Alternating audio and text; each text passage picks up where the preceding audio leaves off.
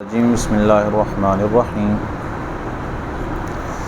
تبارک الذی بیدہ الملک وہو علی کل شیء قدیر الذی خلق الموت والحیاة لیبلوکم ایکم احسن عملا وہو العزیز الغفور الذی خلق سبع سماوات طباقا ما ترى في خلق الرحمن من تفاوت فارجع البصر هل ترى من فطور ثم ارجع البصر كرتين ينقلب إليك البصر خاسئا وهو حسير صدق اللہ مولانا العظیم الصلاة والسلام علیک یا سیدی یا رسول اللہ وعلی آلک واصحابک یا سیدی یا حبیب اللہ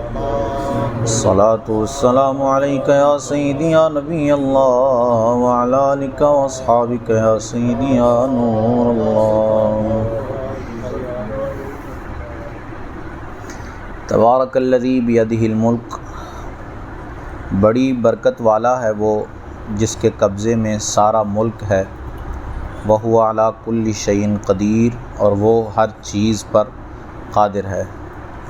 الذی خلق الموت والحیات، وہ جس نے موت اور زندگی پیدا کی، لیبلوکم ایکم احسن عملا، کہ تمہاری جانچ ہو کہ تم میں سے کون زیادہ اچھے کام کرتا ہے، وہو العزیز الغفور، اور وہی عزت والا بخشش والا ہے۔ یہ سورہ مبارکہ بڑی فضیلتوں والی صورت ہے۔ اس کے بارے میں حدیث پاک میں ہے، ترمذی ابو داؤد کی حدیث پاک ہے کہ سورہ ملک جو ہے یہ کل بروز قیامت اپنے پڑھنے والے کی شفاعت کرے گی، اس کے پڑھنے کا معمول بنانا چاہیے۔ ایک اور حدیث پاک میں ہے، ایک صحابہ میں کچھ لوگ سفر پر تھے، انہوں نے ایک جگہ پڑاؤ کیا اور وہاں خیمہ لگا لیا۔ اب انہیں معلوم نہیں تھا کہ یہاں قبر ہے۔ جب وہ خیمے میں رات کے وقت بیٹھے تو اس قبر سے سورہ ملک پڑھنے کی آواز آنے لگی۔ انہوں نے ساری سورہ ملک جو ہے وہ اس قبر والے نے تلاوت کی مکمل۔ اب صحابہ جب واپس پہنچے مدینہ تو حضور سے عرض کیا یہ سارا معاملہ کہ ہم نے وہاں خیمہ لگایا تھا لیکن ہمیں پتہ نہیں تھا کہ قبر ہے۔ تو میرے آقا نے ارشاد فرمایا یہ سورت یعنی سورہ ملک یہ مانعہ اور منجیہ ہے، یعنی عذاب کو روکنے والی اور عذاب سے نجات دلانے والی سورہ مبارکہ ہے۔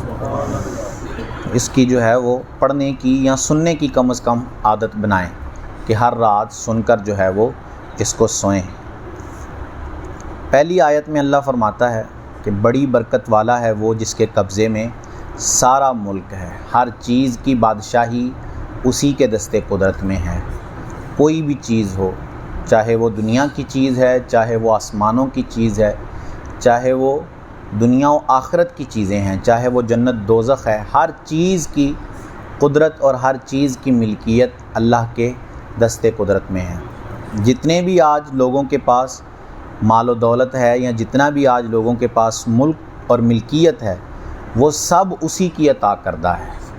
اگر وہ چاہے تو سب سے آج ہی سب کچھ واپس لے لے اور کوئی اس پر کوئی اعتراض بھی نہ کر سکے۔ دوسری جگہ پارہ 3 سورہ آل عمران میں اللہ فرماتا ہے قُلِ اللَّهُمَّ مَالِكَ الْمُلْكِ تُؤْتِي الْمُلْكَ مَن تَشَاءُ، آپ کہیے کہ اے میرے اللہ وہ جو ملکوں کے مالک ہے کیا کرتا ہے؟ اپنی مرضی سے جسے چاہتا ہے بادشاہی عطا فرماتا ہے۔ تُؤْتِي الْمُلْكَ مَن تَشَاءُ وَتَنزِعُ الْمُلْكَ مِمَّن تَشَاءُ، جسے چاہتا ہے بادشاہی عطا کرتا ہے اور جس سے چاہتا ہے بادشاہی واپس لے لیتا ہے۔ وَتُعِزُّ مَن تَشَاءُ وَتُذِلُّ مَن تَشَاءُ، اور جسے چاہتا ہے عزت عطا فرماتا ہے اور جسے چاہتا ہے ذلیل و رسوا کر دیتا ہے۔ یہ اس کے دستے قدرت میں ہے کہ جس کو چاہے ملک دے اور جس سے چاہے ملک واپس لے لے، اور جس کو چاہے عزت عطا فرمائے اور جس کو چاہے ذلیل و رسوا کر دے۔ دوسری آیت میں اللہ نے فرمایا کہ ہم نے موت اور زندگی کو پیدا کیا تاکہ تمہاری جانچ کریں کہ کون اچھے اعمال کرتا ہے۔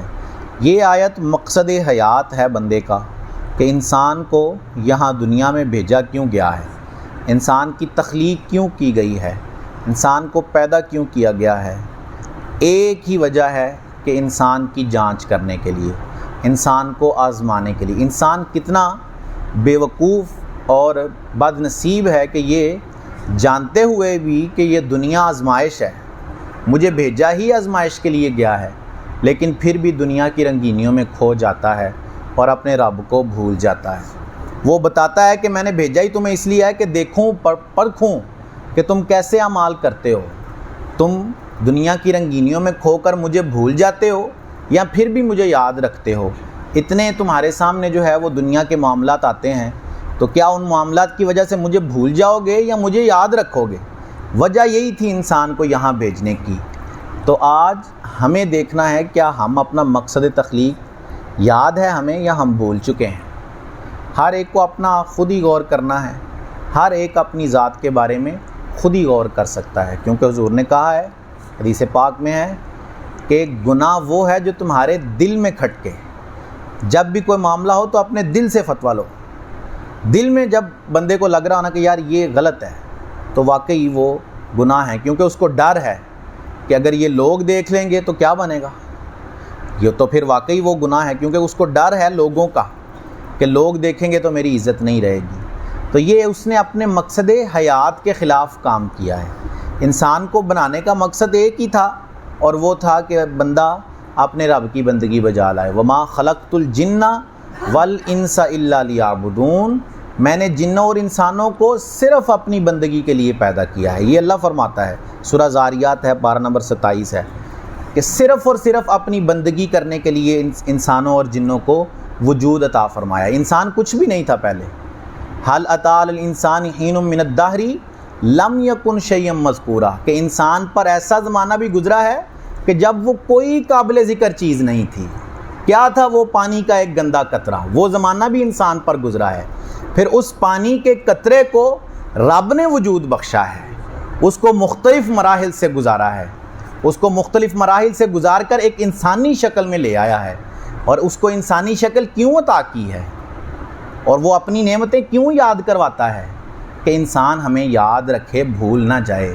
یہ بھی اس کا احسان ہے کہ وہ ہمیں یاد کرواتا رہتا ہے کہ یہ چیزیں میں نے تمہیں عطا کی ہیں، تم پر یہ نعمتیں میں نے کی ہیں، تمہیں وجود کی نعمت میں نے بخشی ہے، تمہیں مال و دولت میں نے عطا کیا ہے، تمہیں عزت اور مقام میں نے عطا کیا ہے، تمہیں اچھے خاندان میں نے پیدا کیا ہے، تمہیں اچھی روزی میں ہی دیتا ہوں، تمہیں ہر طرح کی نعمت میں نے عطا کی۔ وہ ہمیں یاد کرواتا رہتا ہے کہ انسان کہیں بھول نہ جائے، لیکن انسان یہ ساری باتیں سن کر بھی اپنے رب کو بھول جاتا ہے۔ تو پھر اس پر کوئی اعتراض نہیں آ سکتا۔ انسان یہ نہیں وہاں کہہ سکتا کہ مجھے تو پتہ ہی نہیں چلا، مجھے تو کسی نے بتایا ہی نہیں تھا کہ کیا کرنا ہے۔ اس نے ہر چیز تفصیل سے بیان کر دی ہے۔ وہ بار بار کہتا ہے کہ ہم جگہ جگہ تفصیل سے آیتیں بیان کرتے ہیں۔ کیوں کرتے ہیں؟ تاکہ انسان آیتیں سن کر ان کو یاد رکھے اور پھر ان کے ذریعے اپنے رب پر استدلال کرے اور اپنے رب کو نہ بھول جائے۔ تو یہ مقصد تخلیق ہے انسان کا، کہ بندے کی جانچ کی جانی ہے کہ کون اچھے اعمال کرتا ہے اور کون ان دنیا کی رنگینیوں میں کھو کر اپنے رب کو بھول جاتا ہے۔ اور جو اچھے کام کرے گا وہ اس کا صلہ ضرور پالے گا، اور جو ان رنگینیوں میں کھو کر اپنے رب کو بھول جائے گا تو اس کے لیے اس نے کڑی سزا تیار کر رکھی ہے، وہ اس کی مشیت پر ہے۔ ایک تو صورت ہے کہ بندہ مسلمان دنیا سے گیا، اور دوسری صورت ہے کہ بندہ مسلمان ہی نہیں گیا بلکہ اس کا ایمان ہی ختم ہو گیا دنیا کے اندر، اور وہ کافر دنیا سے چلا گیا۔ اگر مسلمان گیا اور گناہگار گیا، پھر بھی اللہ کی مشیت پر ہے، اس کی مرضی پر ہے، چاہے تو معاف کرے، چاہے تو سزا کے اندر مبتلا کر دے۔ اور یقین رکھیں ایک سیکنڈ کا بھی عذاب برداشت نہیں کیا جا سکتا رب کا۔ بندہ اس یقین پر رہے کہ چلو مسلمان مر جاؤں گا تو تھوڑا سا عذاب سہنا پڑے گا، اس کے بعد اللہ جو ہے وہ جنت میں داخل کر دے گا۔ یہ حدیثوں میں ہے کہ مسلمان سارے جنت جائیں گے، لیکن سزا ضرور بھگتیں گے اپنی۔ وہ اللہ کی رحمت ہے کہ کسی کو بغیر حساب کے، بغیر عذاب کے جو ہے وہ جنت میں داخل فرما دے، لیکن جس سے سوال پوچھا گیا، جس سے سوال کر لیا گیا، وہ بندہ عذاب کے اندر مبتلا کر دیا گیا۔ حضور علی وقار صلی اللہ تعالی وسلم پارہ 30 کے اندر وہ آیت ہے کہ حساب آسان کی میرے آقا کہتے کہ دعا کرنی چاہیے اپنے رب سے کہ حساب آسان لیا جائے۔ سیدہ عائشہ نے پوچھا کہ یا رسول اللہ آسان حساب کیا ہے؟ حضور نے فرمایا آسان حساب یہ ہے کہ بندے کو اس کا اعمال نامہ دیا جائے اور اس سے اس کے اعمال کے بارے میں پوچھ گچھ نہ کی جائے بلکہ اس کو چھوڑ دیا جائے اور جنت کی طرف بھیج دیا جائے۔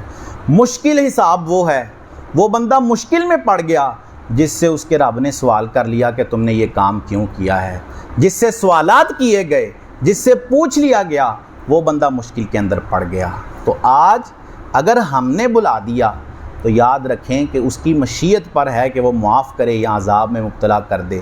1 سیکنڈ کے کروڑویں حصے کا بھی عذاب برداشت نہیں کیا جا سکتا جہنم کا، جو اللہ عز و جل نے تیار کر رکھا ہے گناہ گاروں کے لیے، کافروں کے لیے۔ اور پھر ضروری بھی نہیں کہ ہم مسلمان ہی دنیا سے جائیں گے۔ کسی کے پاس کیا سرٹیفکیٹ یا کیا گارنٹی ہے کہ وہ یہ یقین دہانی کرا سکے کہ میں مسلمان ہی دنیا سے جاؤں گا؟ کوئی گارنٹی نہیں ہے کسی کے پاس۔ خدا نہ خواستہ، اللہ نہ کرے، وقت آخر بندے کا ایمان زائل ہو جائے، بندے کا ایمان ختم ہو جائے، تو بندہ کفر میں مر گیا تو سب کچھ برباد ہو گیا اس کا، اس کی نیکیاں، اس کی خیرات، اس کی نمازیں، اس کے سجدے، اس کی زکوٰۃ، اس کے حج، سب برباد ہو گیا اگر وہ آخر وقت میں آ کر کافر ہو گیا اور کافر دنیا سے چلا گیا۔ بعض اعمال کی نحوست ایسی پڑتی ہے گناہوں کی، بندہ آج تو سوچتا ہے کہ چلو گناہ ہی کر رہا ہوں نا، مسلمان تو ہوں، کم از کم گناہ کر رہا ہوں نا، برے کام کرتا ہوں میں، اگرچہ برے کام کرتا ہوں لیکن مسلمان تو ہوں۔ بعض اوقات برے کاموں کی، گناہوں کی نحوست ایسی پڑتی ہے کہ بندے کا ایمان اس سے لے لیا جاتا ہے۔ جس سے اس کا ایمان لے لیا جائے، اس کا ایمان سلب کر لیا جائے، تو وہ بندہ جو ہے وہ ہلاک ہو گیا، ہلاکت میں مبتلا ہو گیا وہ بندہ، کیونکہ جب ایمان ہی باقی نہیں رہا تو اس کو کوئی چیز کام آنے والی نہیں ہے۔ ایمان سب سے بڑی دولت تھی، اگر وہ اس کو بچا لیتا تو کامیاب ہو جاتا۔ تو جب یقین نہیں ہے کہ کس کا ایمان جو ہے وہ یقینی ہے کہ وہ دنیا سے ایمان لے کر جائے گا، تو پھر ہمیں ہر وقت خوف میں مبتلا رہنا چاہیے کہ پتہ نہیں اللہ نے ہمارے بارے میں کیا فیصلہ کیا ہے، کیا خفیہ تدبیر ہے اس کی۔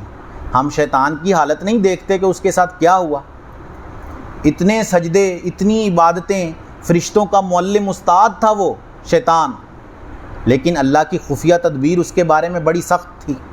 تو کیا ہوا اس کے ساتھ؟ ہمیشہ کے لیے مردود ہو گیا اور ہمیشہ کے لیے جہنم کا حقدار ہو گیا۔ تو ہمیں بھی اپنے انجام سے بے خوف نہیں ہونا چاہیے، کیونکہ ہمیں بھی یقین نہیں ہے کہ اس رب نے ہمارے بارے میں کیا فیصلہ کر رکھا ہے، اس کا فیصلہ ہمارے بارے میں کیا ہے، پتہ نہیں ہمارا ایمان بھی سلامت رہتا ہے یا نہیں رہتا۔ جو بندہ فکر میں رہے گا نا، اس بندے کا ایمان سلامت رہے۔ حدیث پاک میں ہے کہ جو بندہ فکر کرتا رہے گا اپنے ایمان کی، ہمیشہ خوف میں مبتلا رہے گا، اپنے رب کی خفیہ تدبیر سے ڈرتا رہے گا کہ پتہ نہیں کہ اس نے میرے لیے کیا فیصلہ کر رکھا ہے، تو اس بندے کا ایمان سلامت رہے گا اور وہ اپنا ایمان سلامت لے کر دنیا سے چلا جائے گا۔ سو خوف، فکر دل میں، ہمیشہ ایمان کی فکر کہ یہ ایمان نہ بچا تو کچھ نہیں ہو سکتا، یہ ایمان چلا گیا تو بندے کے ہاتھ میں کچھ نہیں آئے گا، اس کو کوئی چیز فائدہ نہیں دے سکتی۔ حضور کی شفاعت، عملوں کا سارا معاملہ، اللہ کی رحمت کا سارا معاملہ، یہ سب اس وقت ہے جب بندہ ایمان یہاں سے لے کر جائے گا۔ اگر اس کا ایمان نہیں ہوا اس کے ساتھ تو کوئی شفاعت کوئی نہیں کرے گا، کوئی عمل اس کے کام نہیں آئے گا، رب کی رحمت سے کوئی امید بھی وہ نہیں رکھ سکتا جو بندہ یہاں کفر میں چلا گیا، کیونکہ جو کافر ہے اس کے لیے اللہ نے فیصلہ کر دیا ہے کہ ہم نے اس کے لیے ہمیشہ کے لیے جہنم رکھی ہے، ہمیشہ ہمیشہ وہ جہنم کے اندر۔ اور پھر کافر کیا کہیں گے، رب کی بارگاہ میں کیا عرض کریں گے؟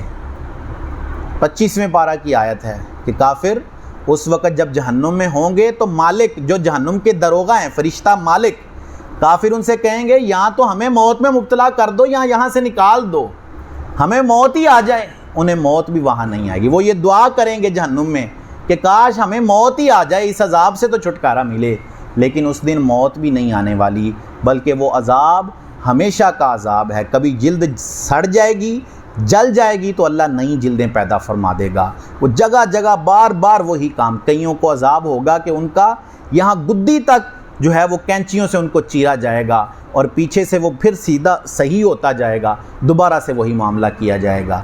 کئیوں کو کئی کی عذاب کے اندر مبتلا، کئی منہ سے پیپ اور خون جاری ہوگا کئیوں کی زبانیں لٹک رہی ہوں گی پیاس کے ذریعے۔ یہ سارے عذاب گناہ گاروں اور کافروں کے لیے ہیں، یہ سارے عذاب گناہ گاروں اور کافروں کے لیے ہیں۔ لیکن جو اپنے رب پر یقین رکھتے ہیں، اپنے رب کو بھولتے نہیں ہیں، اپنا مقصد تخلیق نہیں بھلاتے، وہ جس کے لیے پیدا کیا گیا ہے اس بات کو یاد رکھتے ہیں، تو وہ بندے کامیاب ہو جاتے ہیں۔ ان کے لیے اللہ نے پھر نعمتیں بھی بڑی اچھی تیار کر رکھی ہیں، ان کے لیے اللہ نے جنتیں تیار کر رکھی ہیں جن کے نیچے نہریں جاری ہیں، جن کی نعمتوں کے بارے میں حدیث پاک میں حضور کہتے ہیں کہ ایسی نعمتیں ہیں کہ کسی آنکھ نے نہ کبھی دیکھی ہیں اور نہ کسی کان نے ان کے بارے میں سنا ہے۔ دیکھنا اور سننا تو دور کی بات ہے، کسی کے دل میں خیال بھی کبھی نہیں گزرا۔ ایسی نعمتیں اللہ عز و جل نے مومنوں کے لیے تیار کر رکھی ہیں، ایسی نعمتیں ہیں کہ بندے کے ہوش و حواس جو ہے وہ ختم ہو جائیں لیکن ان نعمتوں کا اندازہ نہ کر سکے کہ وہ کیسی نعمتیں ہیں۔ تو جب پتہ ہے کہ نافرمانی کی سزا عذاب ہے اور فرما برداری کی جزا جنت ہے، تو بندے کو ان دونوں چیزوں کو دیکھتے ہوئے فرما برداری کو ہی اختیار کرنا چاہیے۔ وہ بیوقوف شخص ہے جو جانتے ہوئے بھی کہ میرے عمل کا نتیجہ، میرے عمل کی سزا اللہ نے عذاب تیار کر رکھی ہے، وہ پھر بھی اپنے عمل سے باز نہیں آتا، وہ اپنے عمل کو چھوڑتا نہیں ہے، تو وہ بندہ بیوقوف ہے۔ اور عقل مند وہی شخص ہے جو ان آیتوں کو سن کر، ان باتوں کو سن کر اپنے عمل کو تبدیل کرتا ہے اور اپنے رب کو راضی کر لیتا ہے۔ جو اپنے رب کو راضی کر لے تو وہ بندہ کامیاب ہو گیا۔ اللہ عز و جل سے دعا ہے کہ اللہ عز و جل ہمیں عمل کی توفیق عطا فرمائے۔ آج رات